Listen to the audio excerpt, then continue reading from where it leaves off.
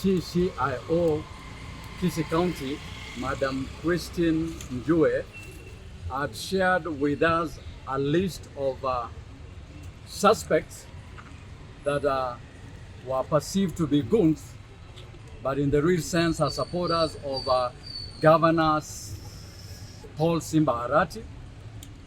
We moved to court under the certificate of urgency, and this afternoon the Kisii High Court granted our prayer number 3.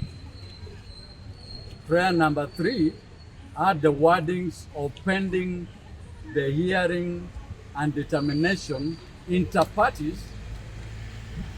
The suspects, who were 13 in number, that they will not be apprehended or arrested by the state or its agents or any person that is acting under instruction of the state.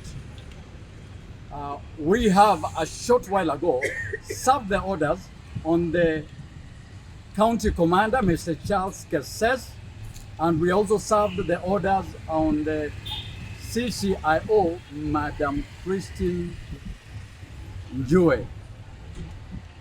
Now, the issues that have been raised by the applicants are issues of the suspects being branded goons and the state wanting to arrest them with no lawful cause. Husband was arrested on Monday, as you are all aware. We were never allowed to see him or communicate with him.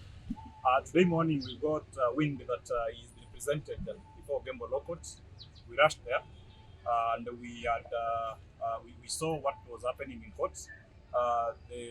We said the police, because this stage the audit is not involved in this matter.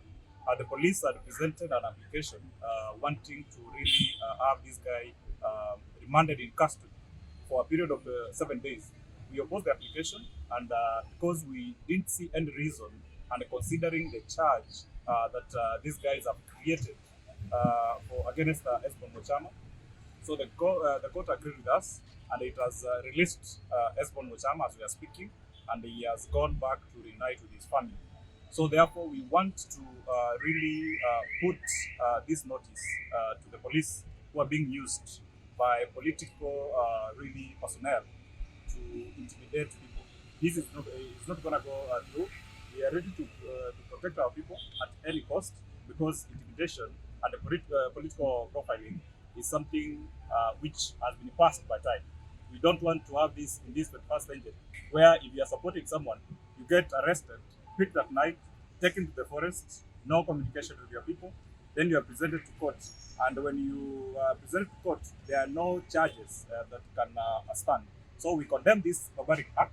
We urge the country, citizens of this country, Kenya being a constitutional democracy, that the respective institutions or the particular entities that have been served the orders, that they'll obey the orders and give the rule of law and justice a chance. To really call on our people to come in arms and support, because this can happen to any one of us, irrespective of